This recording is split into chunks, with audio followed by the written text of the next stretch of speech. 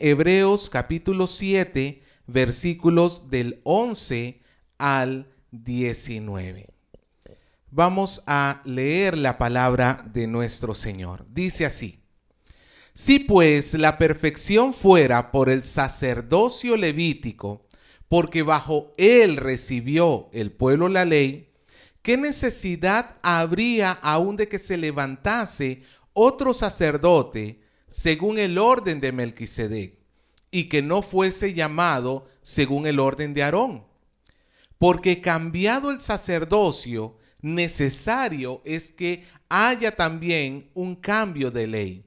Y aquel de quien se dice esto es de otra tribu, de la cual nadie sirvió al altar. Porque manifiesto es que nuestro Señor Jesucristo, que nuestro Señor vino de otra tribu, vino de la tribu de Judá, perdón, de la cual nada habló Moisés tocante al sacerdocio, perdón. Y esto es aún más manifiesto si a semejanza de Melquisedec se levanta un sacerdote distinto, no constituido conforme a la ley del mandamiento acerca de la descendencia, sino según el poder de una vida indestructible, pues se da testimonio de él: tú eres sacerdote para siempre, según el orden de Melquisedec. Queda pues abrogado el mandamiento anterior a causa de su debilidad e ineficacia, pues nada perfeccionó la ley, y de una introducción de una mejor esperanza por la cual nos acercamos a Dios. Vamos a inclinar nuestro rostro y vamos a orar. Amado Señor, queremos darle las gracias por bendecirnos a través de su palabra. Hoy rogamos, Señor, para que usted nos hable y nos traiga entendimiento sobre ella, que nosotros podamos ser edificados, crecer verdaderamente en usted. Bendiga, Señor, a la audiencia que me escucha, así como rogamos su bendición para este predicador. Se lo pedimos en el nombre de nuestro Señor Jesús. Amén. ¿Se necesitarán, hermanos, rituales para acercarnos a Dios? Pues nosotros, de manera general, de manera cultural, somos una sociedad muy dirigida hacia pues este tipo de rituales para poder atraer, llamémoslo así, cosas buenas. Por ejemplo, el famoso guairuro. Para los que no son peruanos, el guairuro es como una semillita roja y negra con la cual se hacen pulseras o collares, y pues el asunto es que quien lleve un guairuro pues no lo van a ojear o le va a traer algún tipo de buena suerte o algún tipo de protección. Pues nosotros como sociedad constantemente buscamos este tipo de cosas externas, llamémoslo así, ya sean objetos o ya sean actos que nos puedan asegurar la presencia de, bueno, en este caso la buena suerte, o en el caso de los creyentes la presencia de Dios en ellos. Porque sí, lamentablemente como cristianos muchas veces nos podemos llenar de rituales que por los cuales nosotros pensamos que vamos a tener acceso al Señor. Como pues hay aquel que piensa que si no ora de rodillas, su oración no es oración a final de cuentas. O aquel que dice, no, aquel que simplemente repite la frase el nombre de Jesús, en el nombre de Jesús, pero lo repite tantas y tantas y tantas veces que hay que pensar si de verdad entiende lo que está diciendo. ¿Por qué decir el nombre de Jesús? Porque algunos piensan que con solo repetir esa frase ya automáticamente tu oración está siendo escuchada, porque es como un ritual a final de cuentas. O aquel que mire el Antiguo Testamento, que dicho sea de paso, el Antiguo Testamento tenemos un montón de rituales que había que hacerse para acercarse a Dios, y pues entonces los valida para esta época y dice, no, yo no como chancho porque eso aleja la presencia de Dios, yo me voy a volver impuro si como chancho. Y pues entonces no lo hace. O por ejemplo, hace ya algún tiempo en una pseudo televisora cristiana muy conocida, Una mujer estaba enseñando que supuestamente cuando tú ores, si quieres que tu oración sea escuchada, enciendas velas alrededor tuyo, porque así Dios te va a escuchar. Y hermano, así pudiéramos estar toda la mañana hablando sobre supuestos rituales que el hombre tiene que hacer para que Dios lo pueda escuchar, para que usted pueda ser escuchado, atendido por el Señor, para tener la presencia o la protección de Dios. Así pudiéramos estar hablando toda la mañana. Y eso es en buena medida porque volvemos a ver el Antiguo Testamento y vemos que hay muchísimos rituales que se hacían en ese tiempo. Y pues entonces los trasladamos a nuestros tiempos o pensamos que debemos seguir con algún equivalente en nuestros días. Pero ¿será necesario hacer los rituales del Antiguo Testamento o cualquier otro ritual para acercarnos a Dios? Esa es la pregunta que vamos a resolver hoy. Y es que nosotros tenemos que darnos cuenta de algo. Ya no estamos bajo el sacerdocio del Antiguo Testamento. Ha habido un cambio, y esa palabra cambio es la que es más importante en este mensaje. Dado a que ha habido un cambio de sacerdocio, ha habido un cambio en la forma como los hombres se acercan a Dios. Así que hoy vamos a ver cómo el autor de Hebreos persuade a su audiencia de que ya no estamos bajo aquel sistema antiguo lleno de rituales, ahora estamos bajo un nuevo sistema basado en Cristo Jesús. El mensaje yo lo he dividido en 3 partes, en mostrar cómo este cambio ha sido necesario, este cambio ha sido profundo y cómo este cambio ha sido efectivo. Y son 3 secciones que vamos a ver durante esta mañana. La primera de ellas está en los versículos 11 y 12 y yo le he titulado Un cambio necesario. Mire conmigo el versículo 11. Dice: si pues la perfección, fuera por el sacerdocio levítico, porque bajo él recibió el pueblo la ley, ¿qué necesidad habría aún de que se levantase otro sacerdote según el orden de Melquisedec, que no fuera llamado según el orden de Aarón? Aquí tenemos una palabra muy importante que es perfección. Esta palabra usualmente en otras epístolas y en otros lugares de las escrituras podemos entender cuando se habla de alcanzar la perfección. Podemos entender que es alcanzar la madurez espiritual. En otras palabras, dejar de ser un niño espiritual, una persona con una capacidad de entender las cosas espirituales muy reducidas, sino que hemos crecido en el conocimiento del Señor y ahora podemos entender mejor y mejores cosas. Ok, a veces en las escrituras la perfección se habla sobre la madurez espiritual, pero también y especialmente en el libro de Hebreos, la perfección no tiene que ver con la madurez espiritual, sino más bien con llegar a tener acceso a Dios, como nos dice en el versículo 19, que nos dice que tenemos una mejor esperanza por la cual nos acercamos a Dios. Entonces, el punto principal que tenemos acá es que el escritor de Hebreos está hablando sobre cuál ha sido la forma que ha traído la perfección al creyente. Y cuando hablamos de perfección es cuál ha sido la forma que nos ha permitido entrar verdaderamente a la presencia de Dios. En otras palabras, la salvación. No estamos hablando de madurez espiritual, estamos hablando de salvación. La perfección es entonces el acceso a Dios. Ahora, acceso a Dios es necesario porque todos nosotros, los seres humanos, fuimos echados de la presencia de Dios en Génesis 3 cuando el hombre se rebeló contra Dios y se nos cerró el camino de regreso al Edén. Por tanto, es necesario que el Señor establezca una nueva forma de poder acceder a su presencia. Y Él lo hizo inicialmente a través del Antiguo Testamento en el pacto que hizo Dios con Moisés y con su pueblo en el Sinaí. El pacto mosaico, donde la ley de Dios fue revelada Y esta ley incluía muchas cosas. Incluía, por ejemplo, la ley moral de Dios, donde te enseña qué es bueno y qué es malo. Por ejemplo, mentir es malo, robar es malo. Nosotros tenemos que buscar la verdad, entonces tenemos que apreciar la vida, entonces. Pero también había una ley ceremonial que le enseñaba al sacerdote y al pueblo qué era lo que tenían que hacer para poder presentarse delante de Dios, para poder tener acceso delante de Dios.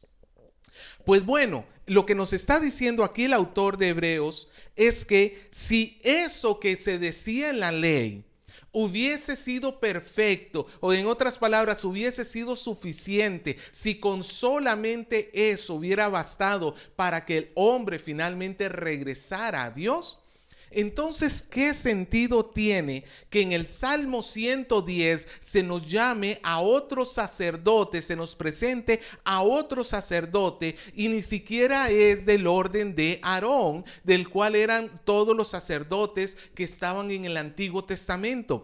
Todos los sacerdotes del Antiguo Testamento eran levitas y de la familia de Aarón. Pues ahora se nos presenta un nuevo sacerdocio según el orden de Melquisedec. Y la pregunta es, ¿y por qué? ¿Por qué se ha tenido que hacer esto si ya había un sistema por el cual Dios había dado para que las personas se acercaran a Él?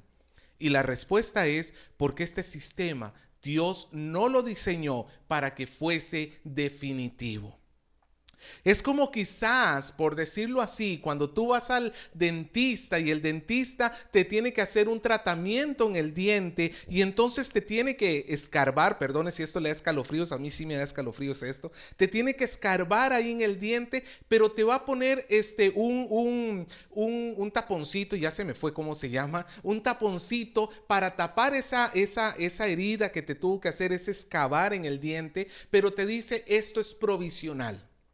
Esto te va a servir nada más por un tiempo hasta que se sane, no sé, y luego de aquí tienes que venir en 1, 2 semanas, un mes, no sé, y luego ponemos el definitivo. Algo así hizo Dios. Dios dio en la ley una forma de cómo acercarse a Él, pero esta forma por diseño era débil.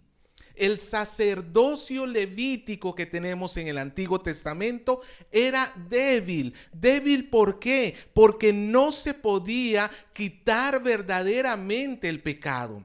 Comenzando desde que el que lo ofrecía, el sacerdote levita, era un hombre pecador como tú y como yo. Vendido al pecado. Es más, él antes de pedir perdón por ti tenía que pedir perdón por sí mismo. Y también estaba basado en sacrificios animales, de corderos, de machos cabríos, de bueyes, que si bien es cierto se consideran inocentes, pero a final de cuentas, como nos va a decir más adelante Hebreos, no podían quitar el pecado. Todos los pecados que fueron perdonados en el Antiguo Testamento, Dios los perdonó, no por la sangre de esos animales, no por el sacerdote que los ofreció, los perdonó porque Él estaba viendo la cruz de Cristo. En el futuro, cuando Él diera a su Hijo para sacrificio por nuestros pecados, Él estaba viendo la cruz de Cristo. Pero el sistema levítico entonces es débil de por sí. Y entonces se necesitaba un nuevo sacerdocio. Y este nuevo sacerdocio es según el orden de Melquisedec, como se nos dice al final del versículo 11. Según el orden de Melquisedec. Ni siquiera era un sacerdote de Aarón. No era que iba a venir el mejor sacerdote de los hijos de Aarón. No, es que todo ese sistema era necesario quitarlo por su debilidad. Así que cuando entra el nuevo sacerdocio de Jesús, deja sin efecto la ley ceremonial que tenemos en el Antiguo Testamento. Nuevamente leemos, porque si la perfección, si ese acceso a Dios fuera por el sacerdocio levítico de Aarón y de sus hijos, porque bajo él recibió el pueblo la ley, ¿Qué necesidad habría aún de que se levantase otro sacerdote según el orden de Melquisedec y que no fuese llamado según el orden de Aarón? Porque cambiado el sacerdocio, es necesario que haya también cambio en la ley. Ahí está, cuando entra un nuevo sacerdocio, la ley ceremonial, porque la ley moral de Dios permanece por siempre, pero la ley ceremonial ya cumplió su cometido. Esa ley nada más servía para que el pueblo entendiera que el Señor era el que los tenía que liberar y que pudieran guiarse hacia Cristo. Pero una vez que llega el nuevo sacerdote, toda esa ley queda sin utilidad alguna. Todos los rituales del Antiguo Testamento quedan sin efecto. Y muestra de esto es cuando Jesús en Juan capítulo 4, versículos del 20 al 24, está hablando con la mujer samaritana. Usted recordará este pasaje. La mujer samaritana, viendo que Jesús no era un hombre cualquiera, entonces le hace una pregunta teológica. Porque ella era samaritana. Samaritana eran un pueblo que eran primos, por decirlo así, de los judíos. Ellos habían sido judíos, se habían mezclado con personas que no eran judías y entonces los judíos de cepa los rechazaban, pero ellos todavía se consideraban judíos. Y entonces ellos habían hecho como el lugar de adoración, David lo había puesto en Jerusalén, que estaba en Judá. Y ellos ya eran otra nación y no tenían donde adorar, pues en el monte donde Dios dio, donde se hablaron las bendiciones y las maldiciones de Deuteronomio 28, ellos erigieron ahí un templo para el Señor. Y entonces la mujer le dice, bueno, ustedes los judíos dicen que se tiene que adorar ahí en Jerusalén. Nosotros decimos que se tiene que adorar aquí en este monte. ¿Cuál tiene la razón? Y Jesús le dijo, mujer, viene la hora donde no van a adorar ni en aquel monte ni en este monte, porque el Señor está buscando verdaderos adoradores que le adoren no en rituales, sino en espíritu y en verdad, mostrando que ya no era importante dónde se rindiera la adoración, sino el corazón del adorador que lo hiciera en la verdad de Dios y de una forma espiritual. Ya no, la parte ritual ya estaba pasando a un segundo plano. Entonces vemos que el hecho de que entrara un nuevo sacerdocio, esa entrada del nuevo sacerdocio deja sin efecto la ley ceremonial y esa ley ceremonial deja sin efecto al sacerdocio que antes había. Era necesario un cambio. Pero este cambio, en segundo lugar, no va a ser un cambio superficial, va a ser un cambio profundo. Mira lo que dice el versículo 13. Y aquel de quien se dice esto es de otra tribu, de la cual nadie sirvió en el altar, porque manifiesto es que nuestro Señor vino de la tribu de Judá, de la cual nada habló Moisés tocante al sacerdocio. Usted recordará el Salmo 110, que lo hemos mencionado muchas veces durante esta serie de Hebreos. Es más, es quizás el capítulo de la Biblia del Antiguo Testamento más importante en este libro de Hebreos, porque se repite una y otra vez. ¿Qué hay en el Salmo 110 que lo hace tan importante? La promesa de Dios de un rey, que también se repite en otros lugares de las Escrituras, pero también de un sacerdote, y que este rey sería al mismo tiempo sacerdote. Usted recordará que el Salmo 110, el versículo 1, nos habla sobre el reinado del Mesías. Ven, siéntate a mi diestra hasta que ponga tus enemigos por estrado de tus pies. Pero el versículo 4 nos habla sobre su sacerdocio. A este mismo rey le dice, tú serás sacerdote para siempre, según el orden de Melquisedec. Lo he jurado, dice el Señor. Ahora, desde el punto de vista judío, según la forma como estaba hecho el antiguo pacto, esta profecía era imposible que se cumpla. ¿Por qué razón? Porque ser rey y ser sacerdote estaba estrechamente ligado a dos tribus completamente diferentes. Recordemos que el pueblo de Israel estaba dividido en 12 tribus. Imagínate que tú fueras un israelita. Tú pertenecías a una y solo una de esas tribus. Ya fuese que eras de la tribu de Judá, ya fuese que fueras de la tribu de los de Benjamín, ya fuese que fueras de Rubén o de cualquier otra de las 12 tribus. Solamente podías pertenecer a una de ellas. Pues había una tribu a la cual el Señor le había prometido el reinado. Desde Génesis 49:10, cuando Jacob estaba bendiciendo a sus 12 hijos, a Judá le dice: no será quitado el cetro de Judá, ni el legislador de entre sus pies, hasta que venga Silo, el que congregará a los pueblos. Este es un primer anuncio de que a través de la tribu de Judá vendría el rey. Y el Señor más adelante, en 2 Samuel 7:16, le dice a David: será afirmada tu casa y tu reino para siempre delante de tu rostro, y tu trono será estable eternamente. A David le prometió el reino. ¿Y David de qué tribu era? De Judá. Entonces, ciertamente, el reino estaba prometido, estaba jurado, estaba pactado para con la tribu de Judá. Pero ahora, eso representa un problema. ¿Por qué? Porque el sacerdocio estaba entregado a otra familia, a otra tribu. Solamente los levitas podían ser sacerdotes, podían servir en el templo, y solamente de los levitas, que era la tribu, una familia en especial, que era la familia de Aarón, podía ser sumo sacerdote. Por eso en Éxodo 28:1 el Señor le dice a Moisés: harás llegar delante de ti a Aarón tu hermano y a sus hijos consigo de entre los hijos de Israel, para que sean mis sacerdotes. Solamente la familia de Aarón, que pertenecía a la tribu de Leví, podía ser sacerdote. Así que tienes un problema, porque el Salmo 110 te anuncia que uno solo va a ser a la vez rey y va a ser a la vez sacerdote.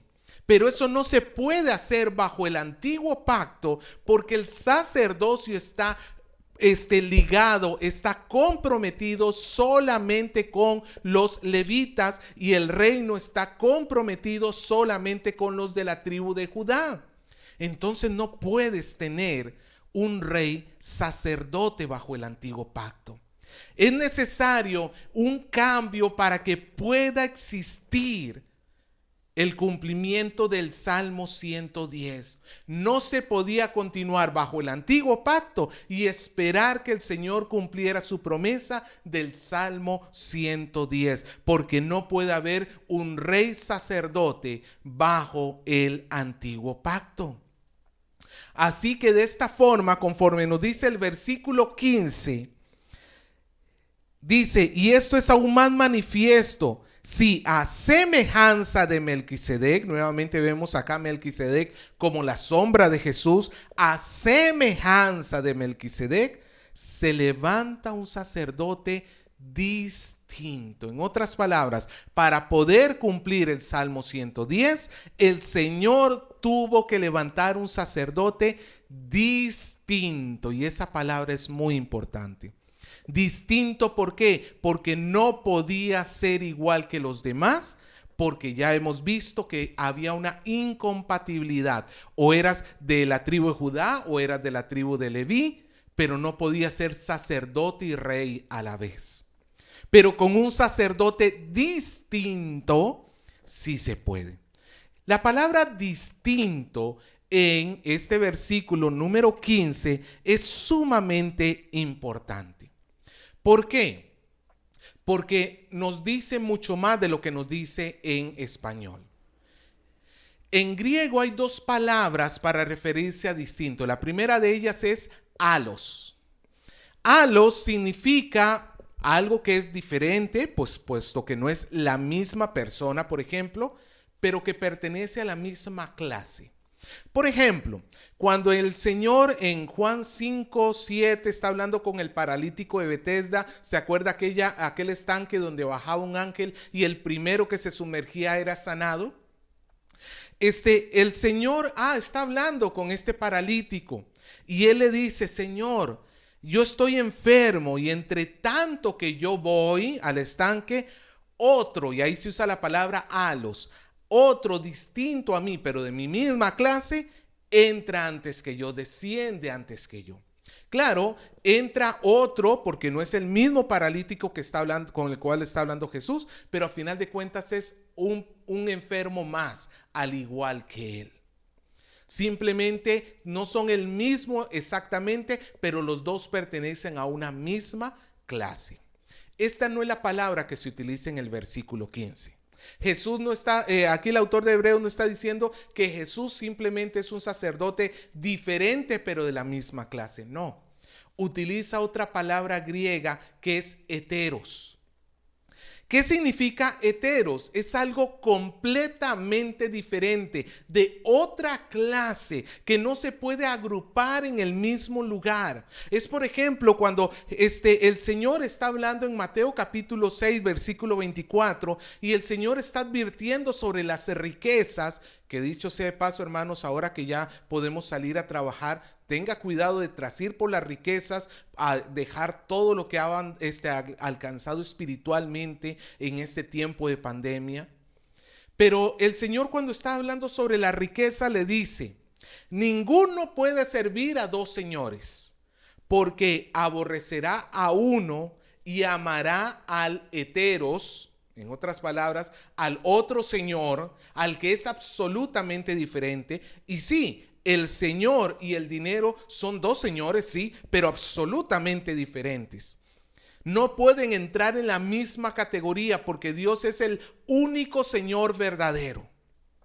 Todos los demás señores de este mundo son falsos, son limitados y son pasajeros. Nuestro Dios solo es eterno. Pues el autor a los Hebreos está diciendo que Jesús es un sacerdote heteros, absolutamente diferente. Jesús no es simplemente un sacerdote más de la línea de Leví. Él no es simplemente un hijo de Aarón o el mejor hijo que pudo haber tenido Aarón. No, él es absolutamente diferente, tan diferente que pertenece a otra orden. Ya no es de la orden de Aarón, de la orden de los sacerdotes de Aarón, sino que es de la orden de Melquisedec, de otra orden que no está en la ley, que no ha sido llamada a servir en el tabernáculo, en el templo terrenal, pero sí en el celestial. Los sacerdotes de Aarón, todos eran pecadores, al igual que usted y al igual que yo. Todos, como decíamos, necesitaban presentar sacrificios por ellos antes de presentar el sacrificio por ti. Pero mira lo que dice Hebreos 7:26, ahí donde estamos un poco más adelante. Porque tal sumo sacerdote nos convenía, tal sumo sacerdote, santo, inocente, sin mancha, apartado de los pecadores, hecho más sublime que los cielos. Este sacerdote es diferente en todo sentido. Por tanto, cuando entra un nuevo sacerdocio, se deja atrás todas las cosas, y este sacerdocio es profundo, es radicalmente diferente. ¿Y por qué es distinto? Mira el versículo 16 y 17.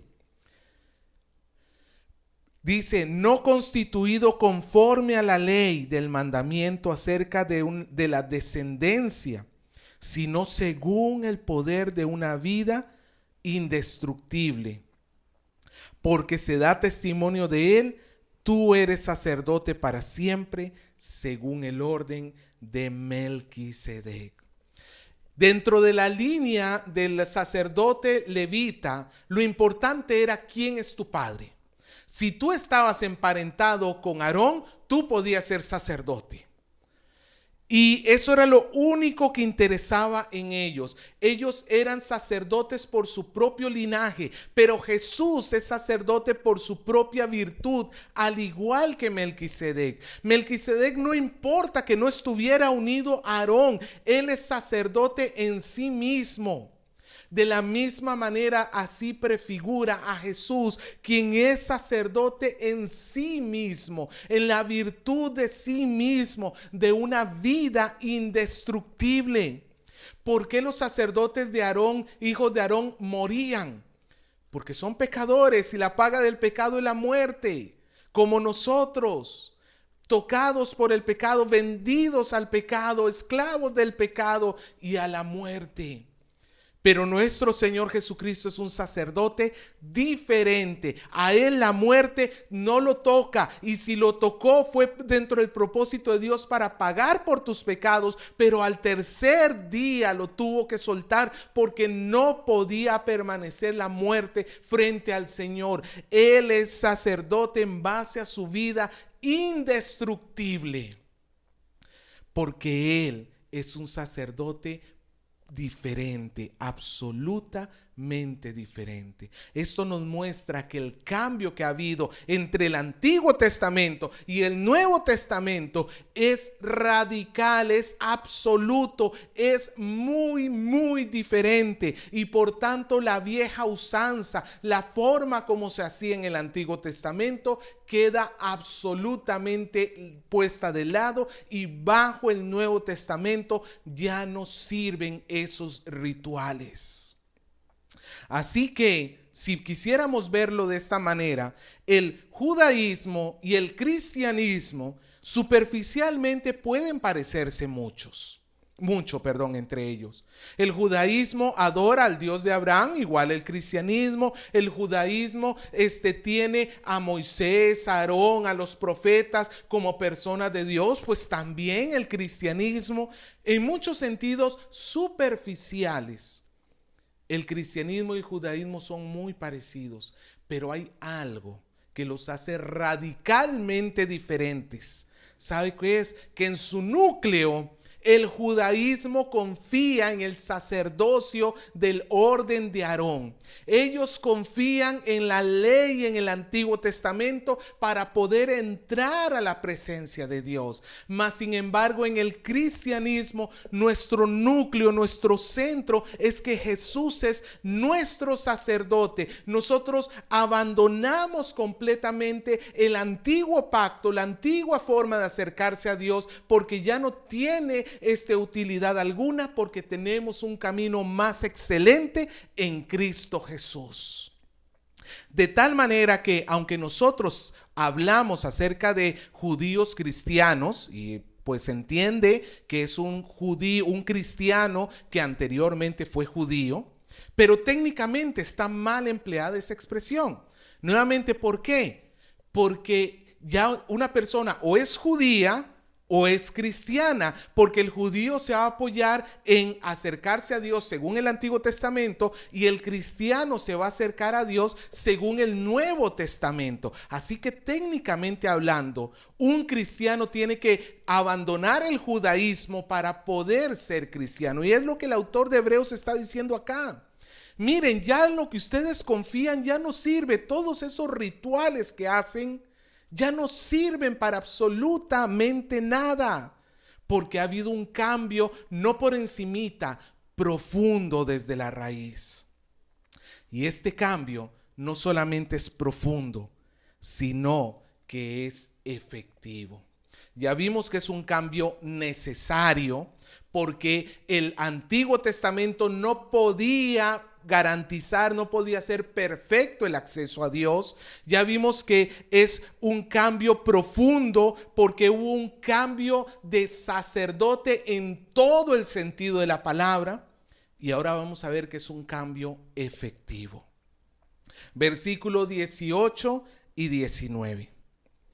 Queda pues abrogado el mandamiento anterior a causa de su debilidad e ineficacia, pues nada perfeccionó la ley, y de la introducción de una mejor esperanza por la cual nos acercamos a Dios. Dice que la ley del Antiguo Testamento, la forma como el hombre se acercaba en el Antiguo Testamento, quedó abrogado. La palabra abrogado significa que un día fue constituido, pero luego fue quitado. Con la misma autoridad con que se puso algo, también se puede retirar. Como por ejemplo, cuando ahora que se está discutiendo el asunto de quitar la inmunidad parlamentaria. Se está buscando abrogar esa ley que hoy en día está constituida, pero se está buscando quitarla, o un grupo de personas está buscando quitarla, porque no quiero aquí ni apoyar ni ir en contra. Yo no estoy para hacer ahorita posiciones políticas. Pero eso es abrogar algo que está constituido, tratar de quitarlo. Pues el mismo Señor, el mismo Dios que en el monte Sinaí entregó la forma como bajo el antiguo pacto ellos se iban a acercar a Dios, Él es el mismo Señor que en la cruz abroga el Antiguo Testamento como forma válida para acercarse, por cuanto era débil e incompleta. El Señor nunca quiso que el Nuevo Testamento permaneciera para siempre. Repito, es como cuando te ponen esa calza temporal en tu muela. Solamente era por un tiempo, pero ya llegado el Nuevo Testamento, ya llegado el sacrificio de Jesús, todo aquel sistema ha quedado abrogado. ¿Por qué? Nos dice el versículo 18. Por su debilidad e ineficacia, porque la ley nada perfeccionó. Moisés fue salvo, sí. Aarón fue salvo, sí. David fue salvo, sí. Samuel fue salvo, sí. Pero no fueron salvos por los sacrificios que ellos hicieron, por los animales o por los sacerdotes del Antiguo Testamento. Ellos fueron salvos porque a través de esos actos estaban mostrando que su fe estaba puesta en Dios y Dios estaba perdonando sus pecados, no por esa sangre de ese animal, no por ese sacerdote, sino porque él sabía que en el futuro Cristo iba a dar su vida en la cruz. Él lo había determinado así, y entonces ellos fueron perdonados como a crédito, por decirlo así. Ellos fueron perdonados aunque el pago de su pecado recién llegó en la cruz. En el caso nuestro es más bien hacia atrás. Nosotros en la cruz ya fuimos perdonados de todos los pecados que todavía no habíamos cometido ni hemos cometido, porque el Señor en la cruz es que hace el perdón completo y efectivo de todos nosotros. Por eso es que, amado hermano, quiero que me entiendas. Los rituales del Antiguo Testamento y cualquier otro ritual cristiano que usted pueda inventarse no tiene sentido alguno, porque nosotros, para acercarnos a Dios, solamente necesitamos a Jesús. Y eso es lo que vamos a desarrollar en un momento. Pero lo que quiero es primero comenzar con esto. Muchas veces nosotros vemos al cristianismo como una forma mejorada de judaísmo, como un judaísmo 2.0, como un judaísmo mejor, más completo. Pero bueno, todavía está allí el judaísmo. O peor aún, podemos ver al cristianismo como una alternativa del judaísmo. En otras palabras, puedes llegar a Dios a través del judaísmo o puedes llegar a Dios a través del cristianismo. A final de cuentas, puedes escoger cualquiera de las dos, que tu meta siempre va a ser la misma. No, este versículo nos dice que el mandamiento del Antiguo Testamento ha quedado abrogado por ser inefectivo, por ser débil. En otras palabras, lo que ha venido a hacer el cristianismo ha venido a suplantar, a reemplazar completa y absolutamente al judaísmo. El judaísmo ya no tiene valor alguno delante de Dios.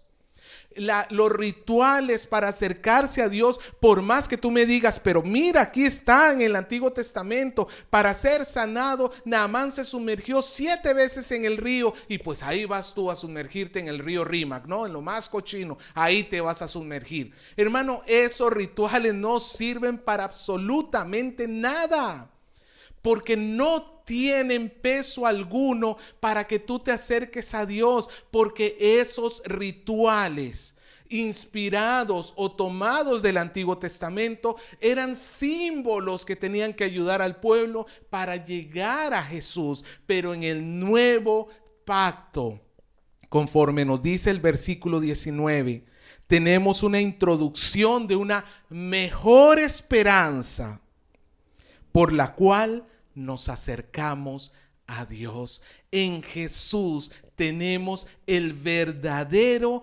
acceso a Dios. ¿Qué necesitas tú para poder entrar a la presencia de Dios? Hermano, no necesitas objetos, no necesitas repetir palabras. Incluso hay personas que piensan que porque hablen en hebreo, pues va a ser más santo. No, hermano, si tú puedes aprender hebreo, fenomenal, sería muy bueno, pero aprende hebreo para que puedas entender mejor las escrituras, no porque eso te vaya a tener algún beneficio espiritual.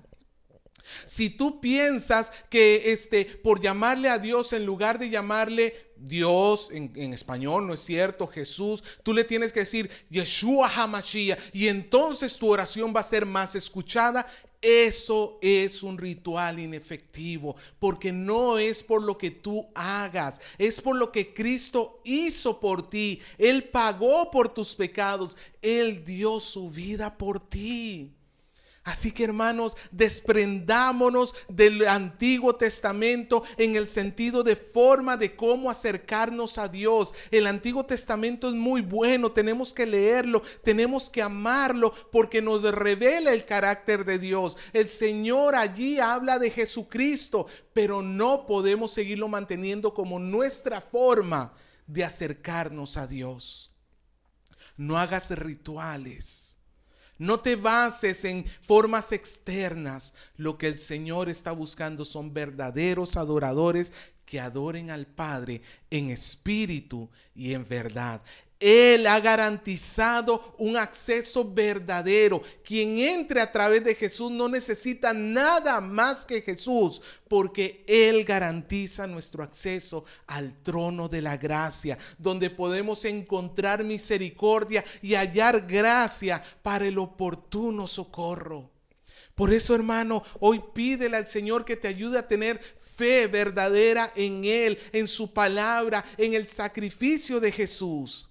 Y si tú has estado teniendo algún tipo de ritual en el cual has estado confiando para acercarte al Señor, hoy es día de renunciar a ello, porque tenemos algo mejor, porque tenemos un sacerdote verdadero, pleno, capaz de llevarnos a Cristo, no como los sacerdotes del Antiguo Testamento que eran débiles e ineficaces.